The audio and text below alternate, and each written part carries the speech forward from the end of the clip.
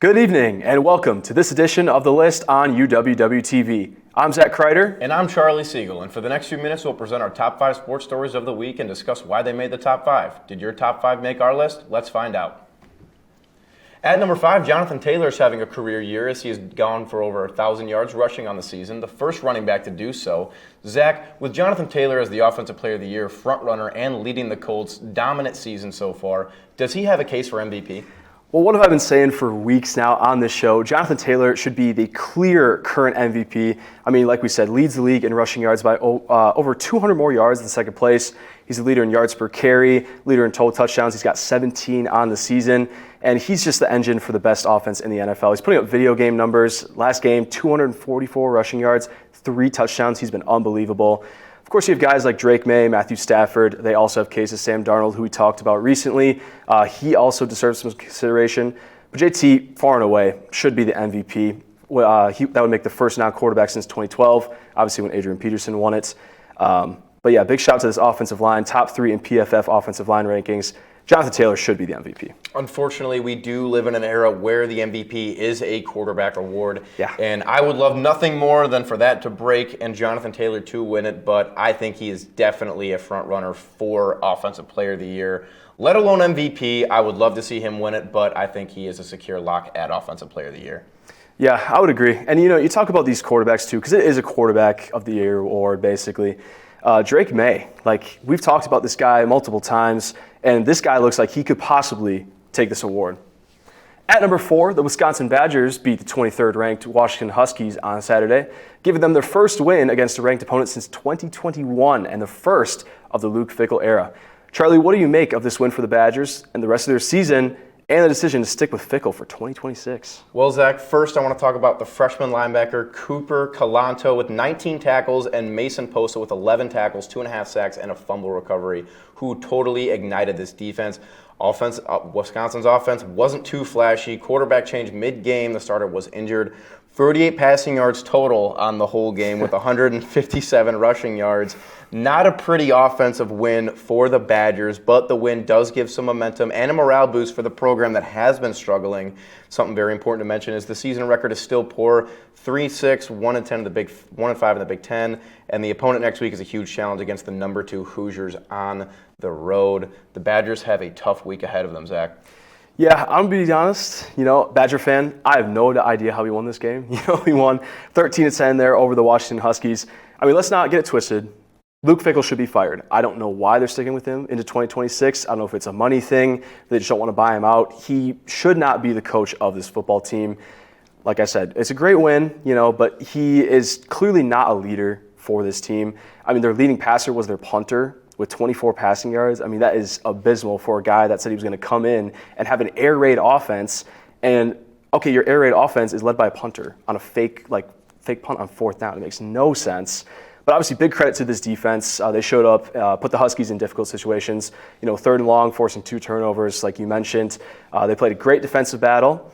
And yeah, first ranked win since 2021. It was weird to see, Wisconsin storm the field after a game. You don't see typically the Badgers being put in that kind of circumstance, especially for a level of this program. It's just weird to see it.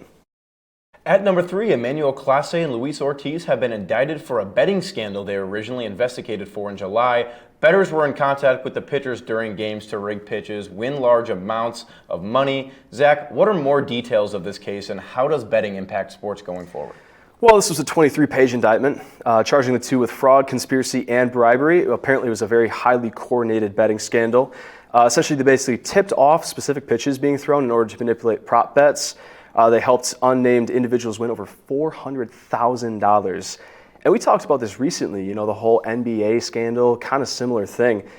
It's disgusting, and it's really just destroying the integrity of this game.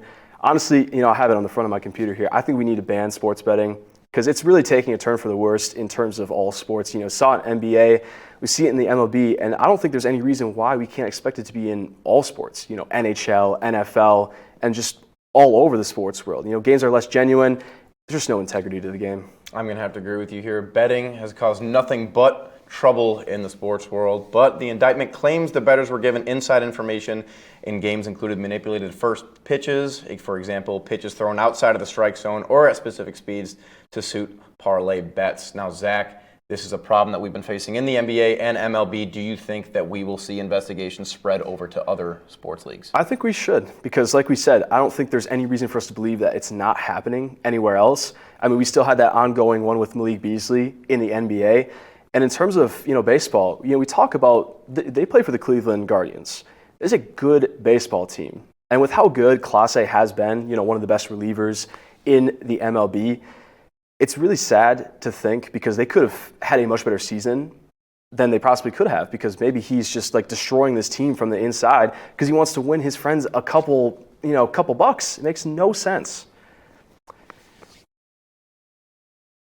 We've got more coming up on the list, including a discussion on the finishing touches to the SEC of D3 and another coach getting the boot. We'll be right back. Here at UW Whitewater Intramural Sports, we have a motto: a sport for everyone and everyone in a sport.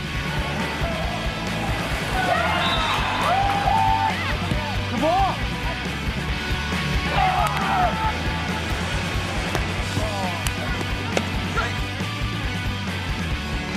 Accepted anyways.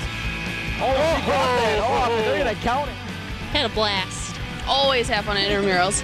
Every day we strive to go above and beyond that goal by providing healthy exercise, promoting leisure education, and giving students that competitive atmosphere they are looking for. Yes! Yes!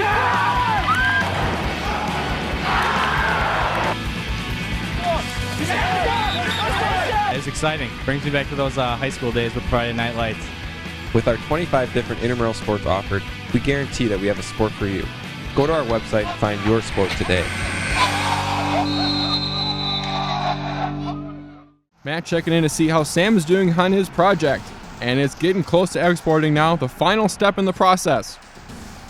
And it is complete, and Sam is hyped. Finally gets complete and spikes the ball into the end zone. Sam's celebrating with his colleagues, and they throw a flag on the play.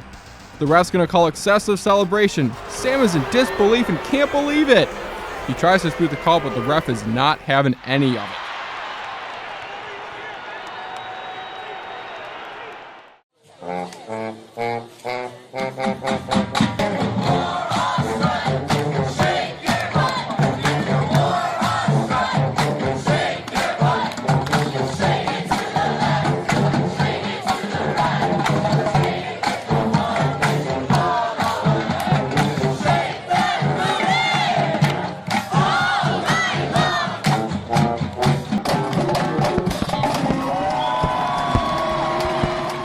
Welcome back to The List on UWW-TV. Let's continue the countdown of this week's top sports stories. At number 2, the end of the WIAC season is near, but not complete. After a huge 41-7 win over the then 9th-ranked UW La Crosse Eagles, UW River Falls has won at least a share of the WIAC title and secured a spot in the NCAA tournament. The Falcons travel to the UW Stout Blue Devils for the final week of the regular season for a chance to make history. Charlie, what else will we see this final week of play, and what is at stake around the conference? Zach, I think as we move into the final week of play, I think we are going to see major defensive plays from all teams around the WIAC and around Division III football. But not to mention Whitewater football, I think we're going to see a major performance from wide receiver Tyler Vasey of the Warhawks. 455 yards receiving this year and 3 touchdowns after missing last week's game against UW Eau Claire.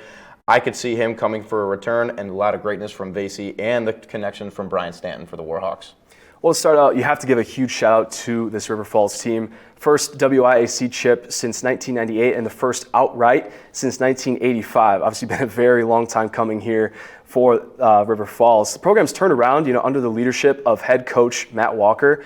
Since taking over in 2021, they're currently 8-1, and they look like one of the best programs in the nation. Of course, they dominated Whitewater when they played them. Star quarterback Caleb Laha, he had 7 total touchdowns when he played, dropping 45 points on the Warhawks, one of the best defenses in the SEC and possibly the nation. Of course, we talk about the Warhawks, their playoff chances might be determined in this next game coming up against Oshkosh. Currently at an at-large bid, they're looking to make it based off of record and NPI. Like we said, River Falls is going to be taking at least a share of the WIAC chip. So Warhawks are going to have to basically win their way into it. And this Oshkosh game is going to be huge here for the Warhawks. You talk about other teams. Lacrosse actually surprisingly stumbling to the finish line after a huge loss to River Falls, 41-7. And our top story of the week, the New York Giants have fired head coach Brian Daboll amidst the 2-8 start. Daboll's career for the Big Blue is over after a 20-40-1 record through 3.5 seasons. Zach, what does this mean for the future of this young squad, and what's next for Daboll? Well, Brian Daboll, we talked about this before the show. He's a great coach in what was a really, really bad situation. I mean, he never really had any great offensive talent to work with. And just from, poor management situation, letting Saquon walk and just making a lot of very questionable decisions, paying Daniel Jones, granted he's doing better, but he was not great when he was a Giants. And we're talking about a guy that won Coach of the Year, back in 2022 in his first year. Just going back to the team, it's a young team. They're trending in the right direction. Scadaboo, Malik Neighbors, they're making the right moves. And unfortunately, Daboll wasn't really that guy. A lot of bad clock management situations, blown leads, of course, to your Chicago Bears. Yes, they did. You mentioned clock management situations. I want to talk about the last drive for the Giants. They had 1:50 left on the clock before the Bears scored that last touchdown. He had 2 timeouts remaining and did not use one, despite Jackson Dart going down with a concussion. You'd like to think a head coach, knowing that your veteran backup quarterback is in, to give your offense a little more time to get the ball downfield. You would want to use 2 of those timeouts. Unfortunately, he didn't, and that did cost the Giants the game. But I want to say this does remind me a little bit of the Matt Eberflus situation with the Chicago Bears last year against the Lions. We were in prime scoring position. We had timeouts that we did not use them. I think as a coach, you need to be a game manager, and you need to take over those moments when you have those timeouts and you have those crutches. I think you need to use them. I couldn't agree more. And like we said, Daboll is a good coach. In terms of teams I could see him going to, I think Bengals or Cardinals would be pretty good matches for him. I mean, the teams that have underperformed, and I believe they need that fiery presence that Daboll provides at the helm just to kickstart these teams and get them where they want them to be. And that will do it for this edition of The List. We'll be back in a week to talk about next week's top 5 sports headlines. I'm Zach Kreider. And I'm Charlie Siegel. We'll see you next time for more stories here right on UWW TV.